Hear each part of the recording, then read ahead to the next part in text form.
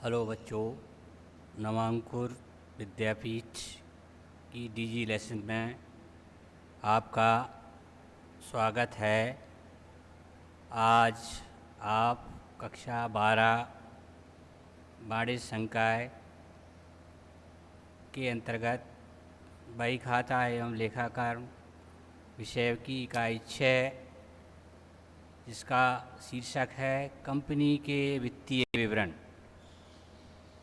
Company के वित्तीय विवरण के विषय में बताऊंगा। बच्चों, पिछले साल आपने कक्षा 11 में दोहरा लेखा प्रणाली के अंतर्गत लेखांकन के 3 चरण पढ़े थे। पहला प्रारंभिक लेखा, दूसरा वर्गीकरण, तीसरा सारांश। सारांश के अंतर्गत वित्तीय विवरण तैयार किए जाते हैं। इसमें व्यापार खाता, लाभ हानि खाता और चिट्ठा आता है। तो कक्षा 11 में आपने एकाकी व्यापार के या एक व्यापारी के वित्तीय विवरण बनाना सीखे। अभी पिछले वीडियो में आपने साझेदारी व्यवसाय के, अलाभकारी संस्थाओं के वित्तीय विवरण देखे। अब इस इकाई के अंतर्गत आप कंपनी के वित्तीय विवरण के विषय में जानेंगे कि कंपनी अपने वित्तीय विवरण कैसे तैयार करती है। तो कंपनी के वित्तीय विवरण जो होते हैं वो कंपनी अधिनियम के अनुसार कुछ विशेष बातों का ध्यान रखना होता है। उनका एक बनाने का एक विशेष क्रम होता है। उसी क्रम में, उसी फॉर्मेट में, उसी प्रारूप में कंपनियों को वित्तीय विवरण तैयार करना होते हैं। तो सबसे पहले आप ये देखेंगे कि वित्तीय विवरण से यहाँ क्या आशय है। तो पहला क्वेश्चन है वित्तीय विवरण से आशय। वित्तीय विवरण से आशय ऐसे प्रलेख या विवरणों से है जिसमें व्यवसाय से संबंधित, व्यवसाय मतलब कंपनी से संबंधित वित्तीय सूचनाओं का वर्णन रहता है। वित्त से संबंध रखने वाली सूचनाओं का यहाँ वर्णन उसमें दिया रहता है। ऐसे दस्तावेज, ऐसे प्रलेख जिसमें किसी व्यवसायिक इकाई की वित्तीय सूचनाओं का वर्णन मिले, ये विवरण किसी कंपनी की व्यवसाय की लाभदायकता तथा स्थिति का चित्रण प्रस्तुत करते हैं। 2 चीज़ें हमें देखने को मिलती हैं कि कोई कंपनी ने कितना लाभ अर्जित किया, लाभदायकता दिखाते हैं, और कंपनी की वित्तीय स्थिति कैसी है, इस बात का ये सजीव चित्रण प्रस्तुत करते हैं। ये विवरण किसी वित्तीय वर्ष, बच्चों वित्तीय वर्ष 1 अप्रैल से शुरू होता है और 31 मार्च को समाप्त होता है। तो कंपनी अपना जो हिसाब किताब है अप्रैल टू मार्च रखती हैं। 1 अप्रैल को उनका लेखांकन का काम शुरू होता है, 31 मार्च को समाप्त होता है। 31 मार्च को ही तैयार किए जाते हैं, के अंत में तैयार किए जाते हैं। उनको वित्तीय विवरण कहते हैं। या संक्षेप में कहें कि कंपनियां वर्ष के अंत में, वित्तीय वर्ष के अंत में व्यवसाय का सारांश जानने के लिए जो खाते बनाती हैं उनको वित्तीय विवरण, या अंतिम खाते, इनका एक परंपरागत नाम है, वो भी आते हैं। इसके अंतर्गत व्यापार खाता, लाभ हानि खाता और चिट्ठा आता है। मोटे तौर पर इनको 2 नामों से पुकारा जाता है, एक स्थिति विवरण चिट्ठा और दूसरा लाभ हानि विवरण, जिसको आय विवरण के नाम से भी जानते हैं। कंपनी अधिनियम 2013 की धारा 129 के अनुसार वित्तीय विवरण कंपनी या कंपनियों की स्थिति विवरण का सच्चा एवं उचित दृष्टिकोण प्रस्तुत करेंगे। ये कंपनी अधिनियम 2013 की धारा 129 में लिखा है। वित्तीय विवरण के अंतर्गत मुख्य रूप से 2 विवरण शामिल किए जाते हैं, एक स्थिति विवरण या चिट्ठा। बच्चों, बनाते समय तो अपन व्यापार खाता पहले बनाते हैं, फिर लाभ हानि खाता बनाते हैं और फिर चिट्ठा बनाते हैं। लेकिन जब प्रस्तुत करने की बात आती है, दिखाने की बात आती है, तो ये कंपनी अधिनियम ये कहता है कि पहले चिट्ठे को दिखाया जाता है। चिट्ठा मतलब व्यापार की आर्थिक स्थिति, और फिर लाभ हानि का विवरण, जिसको आय विवरण कहते हैं। इसमें मोटे तौर पर 3 भाग हो जाते हैं, व्यापार खाता, लाभ हानि खाता और लाभ हानि नियोजन खाता। तो ये कंपनी के वित्तीय विवरण कहलाते हैं। ये वित्तीय विवरण से आशय हो गया वही की वही बात है जो कक्षा 11 में आपने सारांश के रूप में पढ़ी थी। थोड़ा सा इसमें कंपनी अधिनियम की धारा का उल्लेख हो गया। धारा कंपनी अधिनियम 2013 की धारा 129 में ये बताया गया है कि कोई भी कंपनी वित्तीय विवरण कैसे तैयार करेगी, किस फॉर्मेट में तैयार करेगी। उसी प्रारूप में प्रत्येक कंपनी को वित्तीय विवरण तैयार करना होते हैं। अब अपन एक एक करके खास तौर से चिट्ठे की बात करेंगे। चिट्ठा के अंतर्गत वित्तीय विवरण की उपयोगिता या महत्व को बताइए। वित्तीय विवरण बनाने की क्या उपयोगिता है और क्या महत्व है। वित्तीय विवरण किसी व्यापारिक संस्था के लाभों, आर्थिक स्थिति तथा प्रगति के बारे में आवश्यक सूचनाएं प्रदान करते हैं। जो व्यक्ति या समूह इनमें हित रखते हैं उनके लिए उपयोगी होते हैं, महत्वपूर्ण होते हैं। वित्तीय विवरणों की उपयोगिता और महत्व को निम्नलिखित बिंदुओं से समझा जा सकता है। बच्चों, एकाकी व्यापार में तो एक ही व्यक्ति उसका मालिक होता है। तो मोटे तौर पे एकाकी व्यापार में व्यापार के स्वामी, सरकार और अन्य पक्षकारों को वित्तीय विवरण का महत्व होता है। कंपनी में कंपनी की अपनी खुद की पूंजी नहीं होती है, इसमें आम जनता का पैसा लगा होता है, इनको अंशधारी कहते हैं। तो जितने भी लोग कंपनी में विनियोग करते हैं, चाहे वो अंशधारी की हैसियत से हों या ऋण पत्रधारी की हैसियत से हों, सभी लोगों को ये उत्सुकता होती है कि हमने जिस व्यवसायिक इकाई में, जिस कंपनी में पैसा लगाया है उसका क्या उपयोग हो रहा है, ये जानने के लिए वित्तीय विवरणों की उनके लिए उपयोगिता होती है। तो मोटे तौर पर दो ही पक्षकार होगा जिनके लिए महत्व है, एक आंतरिक, दूसरे बाह्य। आंतरिक का मतलब हो गया व्यापार के स्वामी। बाह्य के अंतर्गत बहुत सारे लोग आ जाते हैं। ऋणदाता आ गए, लेनदार आ गए, सरकार है, समाचार पत्र हैं, मीडिया, विद्यार्थी हैं, कर्मचारी हैं। उन सब के लिए इन वित्तीय विवरणों का अलग अलग महत्व, अलग अलग उपयोगिता होती है। तो बच्चों,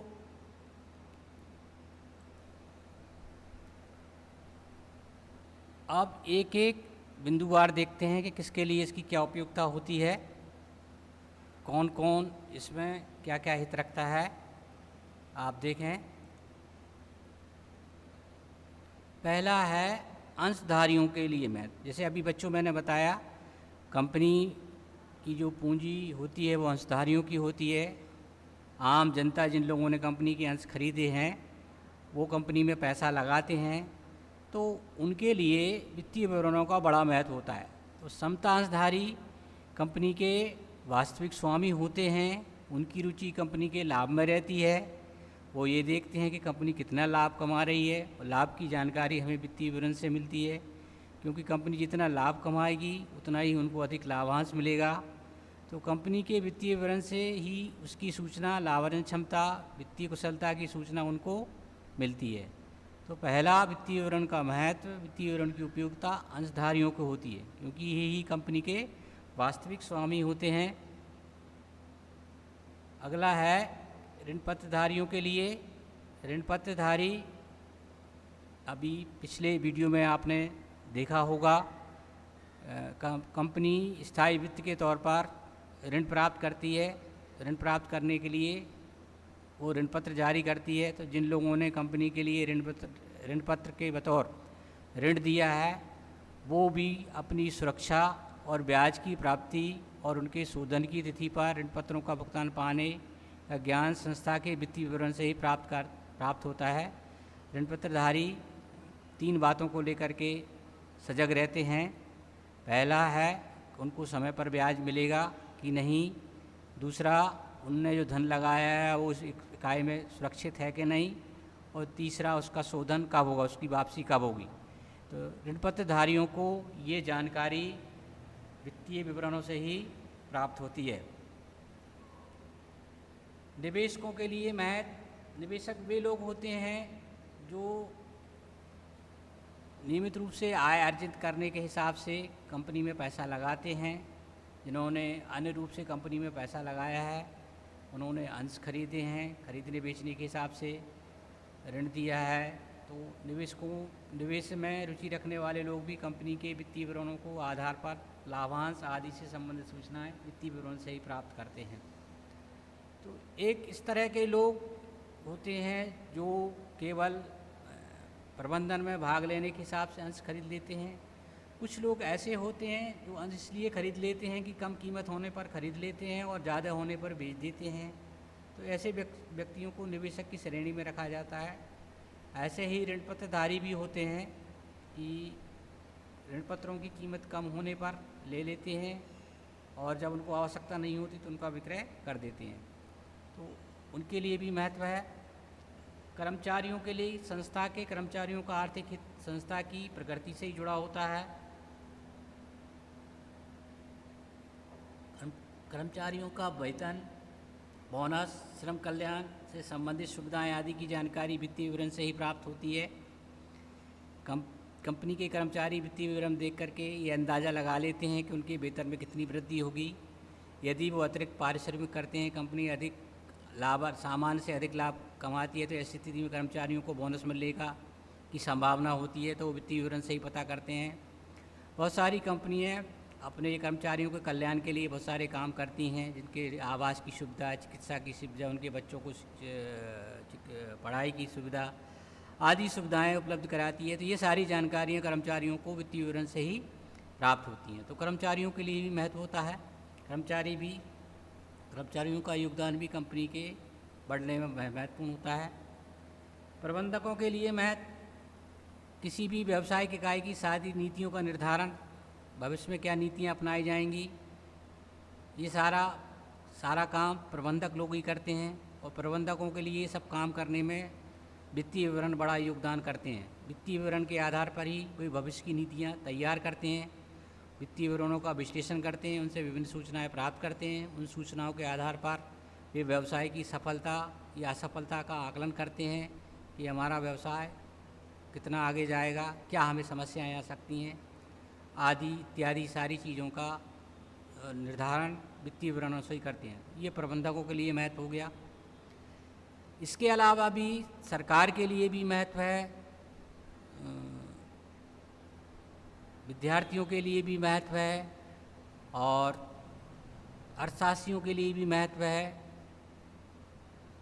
मीडिया के लिए भी महत्व है। इन सबको जो आंकड़े चाहिए होते हैं, सरकार जैसे बजट बनाती है, उद्योगों से संबंधित नीतियों का निर्धारण करती है, तो इनको से सब जानकारी वित्तीय विवरण से ही प्राप्त होती है। मीडिया को समाचारों में दिखाने के लिए सारे वित्तीय विवरण से आंकड़े मिलते हैं। और छात्र विभिन्न तरह के शोध कार्य करते हैं, उनके लिए भी महत्व होता है। तो ये भी उन लोगों के लिए महत्व और उपयोगिता है। अगला क्वेश्चन है, कंपनी अधिनियम की अनुसूची 3 की धारा 129 के अनुसार चिट्ठे का संक्षेप प्रारूप तैयार कीजिए।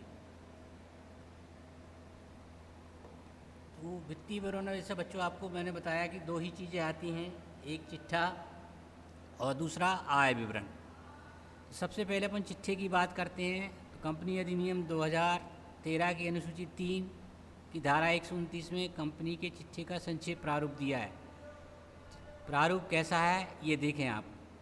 प्रारूप कैसे बनाया जाता है, ये प्रश्न कई बार परीक्षा में, बोर्ड परीक्षा में पूछा गया है कि कंपनी के चिट्ठे का संक्षेप में प्रारूप कैसे तैयार किया जाता है। और ये प्रारूप एक निश्चित उसमें ही होता है, इसमें से कोई मद को अपन ऊपर नीचे या कम ज़्यादा नहीं कर सकते, जो है वो ही लिखना होगा। तो सबसे पहले अपन कंपनी का नाम लिखते हैं जब भी किसी कंपनी का चिट्ठा बनाते हैं। जैसे यहाँ देख रहे हैं आप, राजपूत लिमिटेड गंजबाजा, ये कंपनी का नाम हो गया। फिर चिट्ठा, फिर जिस वित्त वर्ष के लिए बना रहे हैं वो वित्त वर्ष डालेंगे। जैसे 31 मार्च 2020 के लिए आप तैयार कर रहे हैं तो 31 मार्च 2020 लिखा जाएगा। 21 होगा तो 21, 22 होगा तो 22, 19 होगा तो 19, इस तरह से। अर्थात चिट्ठा बनाते समय सबसे पहले हम संबंधित कंपनी का नाम लिखते हैं, फिर चिट्ठा लिखते हैं, बैलेंस शीट, जिसको बैलेंस शीट भी कहते हैं, और फिर तारीख लिखी जाती है। अब इसका नीचे आप प्रारूप देखें, प्रारूप कैसा होगा। प्रारूप देखो, इसको क्षितिज प्रारूप में नहीं बनाया जाता है। जैसे कि अपन एकाकी व्यापार का चिट्ठा बनाते थे, साझेदारी व्यापार का चिट्ठा बनाते थे, उसमें दायित्व रकम, संपत्ति रकम होती है, वो क्षितिज प्रारूप कहलाता है। ये शीर्ष प्रारूप में तैयार किया जाता है, इसको शीर्ष प्रारूप के नाम से जाना जाता है। इसमें तो इसमें जो कॉलम होते हैं, विवरण, नोट नंबर, इन सब की मैं चर्चा करूँगा। इसमें जो रकम के कॉलम होते हैं वो 2 होते हैं। जिस वित्तीय वर्ष के लिए हम चिट्ठा बना रहे होते हैं, कुछ साल के हमें आंकड़े देना होते हैं, और दूसरे इसके ठीक पहले जो वित्तीय विवरण बना है उसके आंकड़े भी हमें देना होता है। अर्थात कंपनी के चिट्ठे में, एकाकी व्यापार के चिट्ठे में और साझेदारी की व्यापारिक चिट्ठे में यही मोटे तौर पर अंतर है। एक तो इसका जो प्रारूप होता है वो क्षितिज या समतल ना होकर करके शीर्ष प्रारूप में होता है। दूसरे इसमें जो राशियां होती हैं वो 2 वर्ष की राशियां हमें प्रदर्शित करना होती हैं। एक जिस वित्तीय वर्ष के हम आंकड़े के लिए आंकड़ा या चिट्ठा बना रहे हैं उस साल की, और उसके ठीक पहले जो वर्ष समाप्त हुआ है वो भी। ऐसा इसलिए किया जाता है कि ताकि लोग तुलनात्मक अध्ययन कर सकें कि कोई चीज़ घट रही है या बढ़ रही है, क्योंकि कंपनी में जो पैसा होता है वो पब्लिक का होता है, और पब्लिक को ये अधिकार होता है कि वो कंपनी की वित्तीय विवरण को देख करके ये पता कर सके कि उनका पैसा कितना सुरक्षित है या नहीं। तो यहाँ देखो मोटे तौर पर पक्ष वही के वही हैं, बट लिखने का यह तरीका बदल गया। एकाकी व्यापार साझेदारी व्यापार में दायित्व और संपत्ति पक्ष होते थे, तो बाईं ओर के भाग अपन दायित्व लिखते थे। फिर रकम के लिए केवल एक ही कॉलम होता था जिसमें चालू वर्ष की रकम लिखना होती थी, और संपत्ति और रकम। यहाँ देखिए, यहाँ दायित्व को समता एवं दायित्व पक्ष बोला जाएगा। कंपनी का जब चिट्ठा बनाएंगे तो ऊपरी वाला जो भाग होगा उसको समता एवं दायित्व पक्ष कहा जाएगा। समता से मतलब अंशधारियों के कोष से होता है, और दायित्व से मतलब जो बाहरी व्यक्तियों से हमने पैसा लिया वो होता है। इसका नाम थोड़ा सा परिवर्तित हो गया। एकाकी व्यापार में इसको दायित्व ही पढ़ेंगे, साझेदारी व्यवसाय में इसको दायित्व ही पढ़ेंगे, लेकिन जब कंपनी का चिट्ठा बनाया जाएगा तो इसको समता एवं दायित्व पक्ष के नाम से पुकारा जाएगा, लिखा जाएगा। अब इसके अंतर्गत मोटे तौर पर 4 मोटे शीर्षक होते हैं। सबसे पहले अंशधारियों का कोष। इस अंशधारियों के कोष में समतांश पूंजी, पूर्वाधारी की अंश पूंजी, संचय व आदि चीज़ों का, जिसका आगे मैं विस्तार से बताऊंगा कि अंशधारियों के कोष के अंतर्गत कौन कौन सी चीज़ें आती हैं, वो लिखी जाएंगी। तो चिट्ठे में जो राशियां होती हैं वो सारांश रूप में लिखी जाती हैं, और इनका अंशधारियों के कोष में कौन कौन सी पूंजी है उसका उल्लेख, उसके लिए एक अलग से पेज तैयार किया जाता है। उस पेज में उनका पूरा विवरण रहता है, जिसको नोट नंबर कहेंगे। जैसे मैं कहूँ कि अंशधारियों के कोष के अंतर्गत चालू वर्ष में 1 लाख है और गत वर्ष में 80,000 है, तो 1 लाख के अंतर्गत क्या क्या चीज़ें हैं उसके लिए अलग से एक नोट तैयार किया जाता है। एक नोट मतलब एक पेज पे अलग से उसका विवरण रहता है। मान लीजिए वो नोट नंबर 1 है, तो अब जहाँ अंशधारियों का कोष 1 लाख रुपए लिखा है चालू साल का, गत वर्ष का लिखा है 80,000। अब आप 1 लाख ये कहाँ कहाँ से आए इसका आपको विवरण देखना है, तो आपको नोट नंबर 1 में देखना होगा, तो वो अलग से दिया जाता। चिट्ठा प्रदर्शित करने का मतलब है कि सरल से सरल, संक्षिप्त से संक्षिप्त भाषा में उसको व्यक्त किया जाए, ताकि एक साधारण व्यक्ति भी आसानी से उसको पढ़ सके, समझ सके। अब बाकी अंशधारियों के कोष में क्या क्या चीज़ें हैं, कौन कौन सी पूंजी है, कितने कितने के ऋण हैं, कितने कितने के अंश हैं, वो सारी चीज़ें नोट में आपको देखने को मिलेगी। तो नोट नंबर 1 का मतलब ये हो गया है। नोट नंबर का मतलब ये हो गया कि यहाँ ये राशि है, केवल मैन शीर्षक लिख करके उसकी राशि का उल्लेख किया जाता है। वो राशि किन किन मदों के अंतर्गत है उसका विवरण जानने के लिए अलग अलग बहुत सारे नोट्स बनते हैं। हर मद से संबंधित एक नोट होता है, और उस नोट नंबर का यहाँ उल्लेख कर दिया जाता है। तो पहला मान लीजिए, पहला नोट नंबर 1 हो गया। नोट नंबर 1 ये बता रहा है कि अंशधारियों के कोष के अंतर्गत कौन कौन सी राशि हैं, 1 लाख ये कहाँ से आए, वो सारी चीज़ें आपको नोट नंबर 1 में। तो नोट नंबर डालने का मतलब ये होता है। फिर दूसरा शीर्षक होता है समता व दायित्व पक्ष की। तो मैन शीर्षक यहाँ बच्चों ध्यान रखना है, समता व दायित्व पक्ष है, ये पक्ष है। इसके अंतर्गत 4 मदें होती हैं। 4 कंपनी का चिट्ठा, दायित्व कंपनी के समता व दायित्व पक्ष का चिट्ठा मोटे तौर पर 4 भागों में बटा है। पहला अंशधारियों का कोष हो गया। अंशधारियों के कोष के अंतर्गत कौन कौन सी बातें आती हैं आगे बताऊँगा, आगे क्वेश्चन में आने वाला है। फिर आवंटन पूर्ण न होने पर अंश आवेदन राशि, जिस तारीख को हम चिट्ठा बना रहे हैं, कई बार ऐसा होता है कि हमने अंशों का निर्गमन कर दिया लेकिन वो आवंटन पूर्ण नहीं हो सका, तो उस राशि का उल्लेख यहाँ अलग से किया जाता है। आज जैसे 31 मार्च 2020 को हम चिट्ठा बना रहे हैं और अंशों का हम निर्गमन कर चुके हैं, लेकिन उनका आवंटन पूर्ण होने की प्रक्रिया नहीं हो पाई है, तो उस राशि को अलग से शो किया जाता है। फिर दायित्वों को, वैसे बच्चों आपने पिछली बार कक्षा 11 में आपने पढ़े कि दायित्व दो तरह के होते हैं, एक स्थायी दायित्व और दूसरे चालू दायित्व। स्थायी दायित्व को ही गैर चालू दायित्व के नाम से पुकारा जाता है। कंपनी की चिट्ठी में इसको गैर चालू दायित्व बोलते हैं। गैर चालू दायित्व वे दायित्व हो गए जिनकी भुगतान अवधि 1 वर्ष से अधिक होती है। विस्तार से आगे बताऊंगा। चालू दायित्व वे होते हैं जिनकी भुगतान की अवधि का संबंध एक वित्तीय वर्ष से होता है, एक संचालन वर्ष से होता है। इसकी भी परिभाषा आगे दी है। इन चारों मदों के विषय में विस्तार से आगे चर्चा करेंगे। तो मोटे तौर पर कंपनी के चिट्ठे के समता व दायित्व पक्ष में 4 मदें होंगी। पहली मद, इनको इसी क्रम में लिखना होगा, इनका क्रम भी ऊपर नीचे नहीं हो सकता है। पहले पक्ष लिखा जाता है, फिर अंशधारियों का कोष, फिर आवंटन पूर्ण होने पर अंश आवेदन राशि, फिर गैर चालू दायित्व आती हैं, फिर चालू दायित्व। कोई भी मद ऊपर नीचे नहीं की जा सकती, क्योंकि कंपनी का जो चिट्ठा है, कंपनी अधिनियम 2013 की धारा 129 में उल्लेख किया गया है कि इसी फॉर्मेट में बनेगा, इसी प्रारूप में बनेगा और इसी क्रम में बनेगा। फिर योग लगा देते हैं यहाँ पर अपन। अब इसका दूसरा पक्ष आ जाता है संपत्ति पक्ष। संपत्तियों को मोटे तौर पर 2 भागों में बांटा गया है। गैर चालू संपत्तियाँ, जिनको अपन स्थायी संपत्तियों के नाम से भी कह सकते हैं, और चालू संपत्ति। इनके विषय में आगे विवरण दिया गया है। ये इस तरह से कंपनी का चिट्ठा बन जाता है। इधर योग लगा देते हैं। अब ये नोट वाला कॉलम आपको समझ में आ गया। जैसे मैं कहूँ कि मेरे पास 25 स्थायी संपत्तियाँ हैं, 25 नाम हैं, तो ये और उन सब की कीमत 1 करोड़ हो रही है। तो मैं यहाँ कंपनी के चिट्ठे में गैर चालू संपत्ति वाले शीर्षक के अंतर्गत यहाँ पर ये कॉलम खिंचे हुए हैं। कॉलम का प्रारूप है, ये थोड़ा सा स्पष्ट नहीं हो रहा है। तो गैर चालू संपत्तियों के अंतर्गत मैं चालू वर्ष में मान लीजिए 1 करोड़ लिख लूँगा, और 1 करोड़ के अंतर्गत मेरे पास 25 संपत्तियाँ हैं। तो उन 25 संपत्तियों का डिटेल अलग पेज पर लिखा जाएगा और उसका नोट नंबर यहाँ डाल दिए। मान लीजिए नोट नंबर 8 है थोड़ी देर के लिए, तो आप नोट नंबर 8 में जाकर के देखेंगे कि 1 करोड़ रुपए में कौन कौन सी संपत्ति है, तो वहाँ उसका विवरण मिलेगा। यहाँ केवल चालू संपत्तियाँ कौन कौन सी हैं ये नहीं लिखा जाएगा, सारी चालू संपत्तियों का जोड़ या स्थायी संपत्तियों का जोड़ क्या है वो लिखा जाएगा। अब उसका आपको विवरण देखना है तो संबंधित नोट में जाकर के आप उसको देख सकते हैं। इस तरह से कंपनी का चिट्ठा बनता है। इसका एक स्थायी प्रारूप है, निर्धारित प्रारूप है।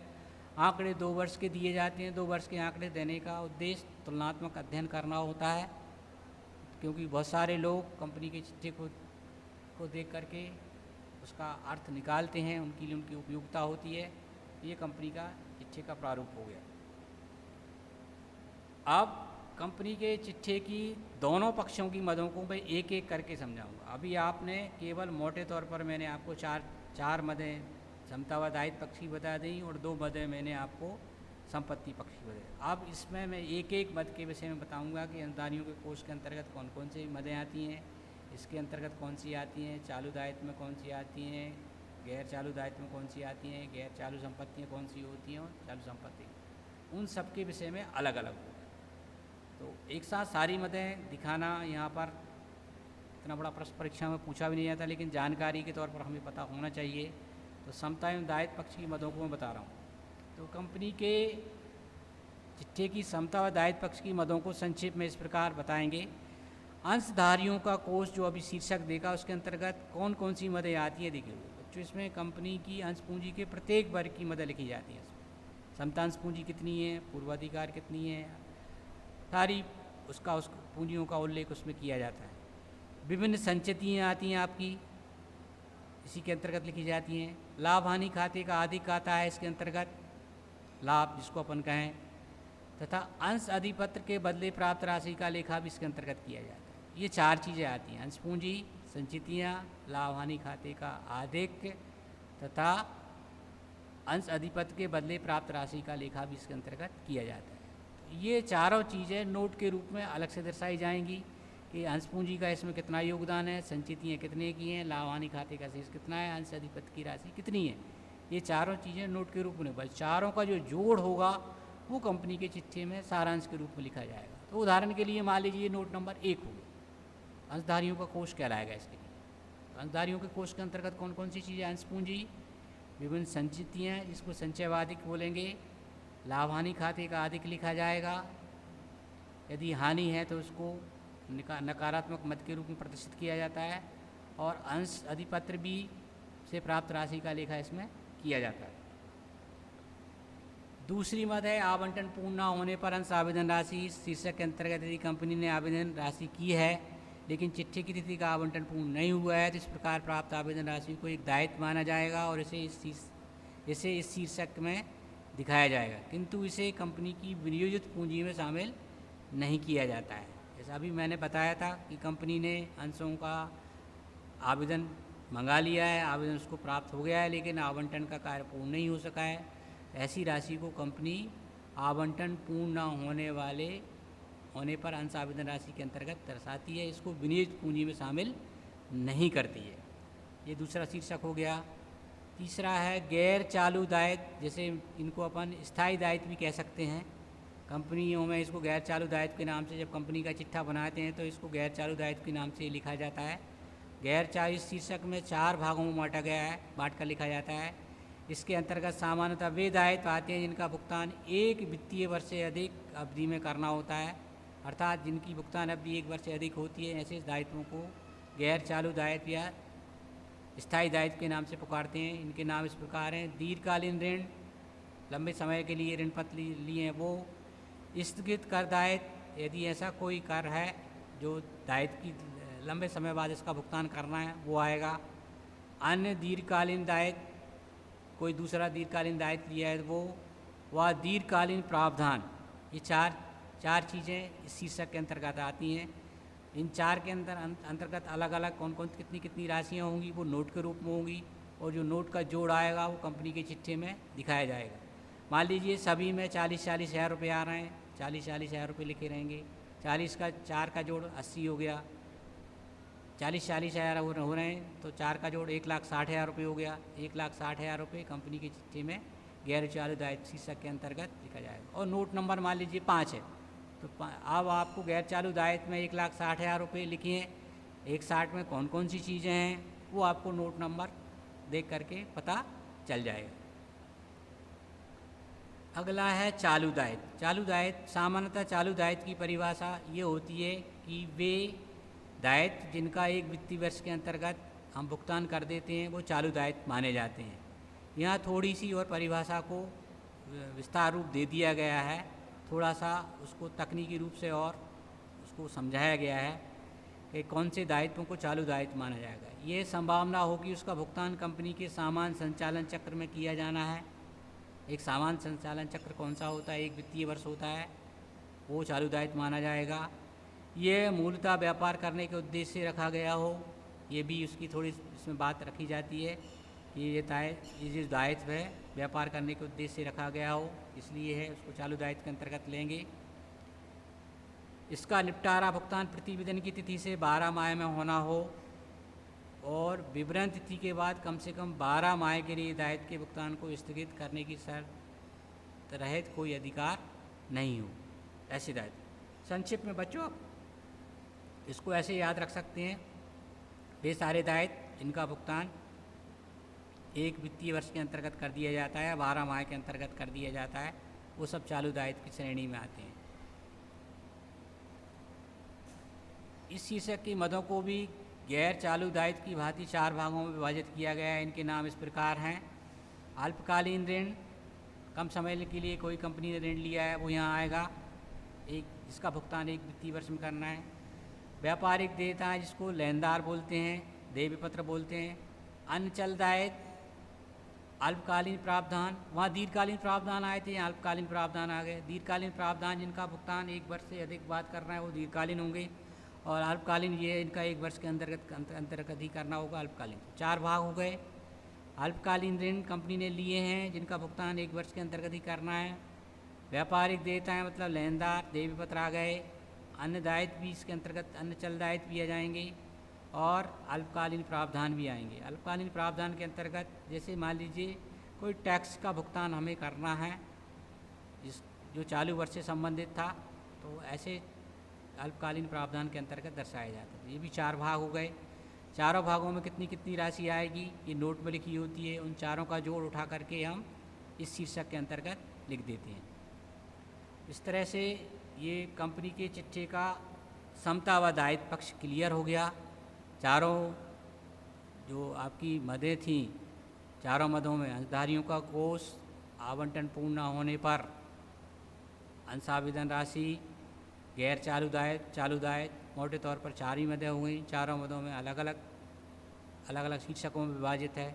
सबकी राशि नोट के रूप में अलग अलग लिखी जाती है और फिर उनका सारांश रूप कंपनी के चिट्ठे में दर्शाया जाता है। आप संपत्ति पक्ष की ओर आ जाते हैं। संपत्ति पक्ष में 2 ही तरह की मदें हैं, गैर चालू संपत्तियाँ हैं और एक चालू संपत्ति। गैर चालू संपत्तियों को स्थायी संपत्ति भी कह सकते हैं। इसको मोटे तौर पर 2 भागों में बांटा है, मूर्त और अमूर्त। गैर चालू संपत्तियों को 5 भागों में विभाजित किया गया है, जिस प्रकार हैं। एक स्थायी संपत्तियाँ जैसे फर्नीचर, मशीन आदि। गैर चालू विनियोग, ऐसे विनियोग जिनका विक्रय हम एक वित्तीय वर्ष के अंतर्गत नहीं करेंगे, ऐसे गैर चालू विनियोग कहलाएंगे। कोई कर्ज जो हमें संपत्ति का रूप धारण कर लेता है, ऐसा कर्ज जो हमें सरकार से लेना है, वो यहाँ आएगा। दीर्घकालीन ऋण व अग्रिम, यदि हमने किसी को लंबे समय के लिए ऋण दिया है, यदि दीर्घकाल के लिए हमने ऋण दिया है, अग्रिम दिया है, तो यहाँ आएगा। और अन्य गैर चालू संपत्तियों को दर्शाया जाएगा इसके अंतर्गत। तो ये 5 भाग हो गए इसमें। स्थायी संपत्तियों में भूमि भवन आ गया, गैर चालू विनियोग हो गए, ऐसा कार्य जो दीर्घकाल बाद हमें प्राप्त होगा, दीर्घकालीन ऋण व अग्रिम और अन्य गैर चालू संपत्तियाँ, ये गैर चालू संपत्तियाँ कहलाती हैं। अब चालू संपत्तियों को 6 भागों में विभाजित कर इस प्रकार दर्शाया गया है। चालू विनियोग। एक चालू विनियोग का मतलब होता है, देखो, चालू संपत्तियों की सामान्यतः परिभाषा होती है कि वो या तो रोकड़ में होती हैं या एक वित्तीय वर्ष के अंतर्गत वो रोकड़ में परिवर्तित हो जाएं। ऐसी संपत्तियों को चालू संपत्तियों के नाम से जाना जाता है। वे संपत्तियां जो एक वित्तीय वर्ष के अंतर्गत रोकड़ में परिवर्तित हो जाती हैं, रोकड़ का रूप धारण कर लेती हैं या रोकड़ में ही होती हैं, ऐसी सारी संपत्तियों को चालू संपत्तियों के नाम से जाना जाता है। 6 हैं। चालू विनियोग, मतलब ये चालू विनियोग भी होते हैं जो एक वित्त वर्ष के अंतर्गत सामान्यतः हम उनका विक्रय कर देते हैं। स्कंद मतलब स्टॉक। व्यापारिक प्राप्तियाँ मतलब देनदार, प्राप्तिपत्र, रोकड़ तुल्य, जो रोकड़ न होकर के जैसे चेक, ड्राफ्ट, ट्रेजरी बिल। अल्पकालीन ऋण व अग्रिम, दीर्घकालीन होता है तो ये फिर गैर चालू संपत्ति में जाता है। अन्य चालू संपत्तियाँ और बैंक भी इसके अंतर्गत आता है। बैंक में जो राशि होती है वो भी इसके अंतर्गत ही लिखी जाती है। ये चालू संपत्तियों की परिभाषा आ गई। इन सब का आगे बहुत उपयोग है, इन सबको ठीक से पढ़ें, समझें, आगे के प्रश्नों में भी इनका उल्लेख होगा। इस तरह से ये कंपनी का पूरा चिट्ठा कंप्लीट हो जाता है, दोनों भाग कंप्लीट हो जाते हैं। जब चिट्ठा बनाया जाता है तो सारांश रूप में ही आपको तैयार करना होता है। नोट सामान्यतः परीक्षा में नहीं पूछे जाते हैं, बट नोट के विषय में हमें जानकारी होना चाहिए कि किस शीर्षक में कौन कौन सी मदें आएंगी, क्योंकि अलग से ये प्रश्न पूछा जा सकता है। अगला प्रश्न है, कंपनी अधिनियम की अनुसूची 3 के अनुसार किसी कंपनी के चिट्ठे में निम्न मदों को किन शीर्षक में दर्शाएंगे। बच्चों, जैसे अभी मैंने कंपनी के चिट्ठे के विषय में बता दिया गया है। अब कुछ विशेष मदों के नाम दिए जाएंगे, उन मदों को आपको बताना है कि कंपनी के चिट्ठे के किस पक्ष में आएंगे, इनका मुख्य शीर्षक क्या होगा और उपशीर्षक क्या होगा। तो अभ्यास के तौर पर ये प्रश्न तैयार किया गया है। ख्याति, प्राप्तिपत्र, छोटे खुले औजार उनको कहें, ब्रांड एवं व्यापार चिन्ह, विविध देनदार, कर के लिए प्रावधान, अदत्त याचनाएँ, ये मदद दी हैं। इनके लिए आपको चार्ट बना के बताना है कि कंपनी के चिट्ठे में किस पक्ष में आएंगी, इनका मुख्य शीर्षक क्या होगा और उपशीर्षक क्या होगा। तो आप देखें आगे। पहला है ख्याति। ख्याति व्यापार की संपत्ति होती है, संपत्ति पक्ष में आएगा।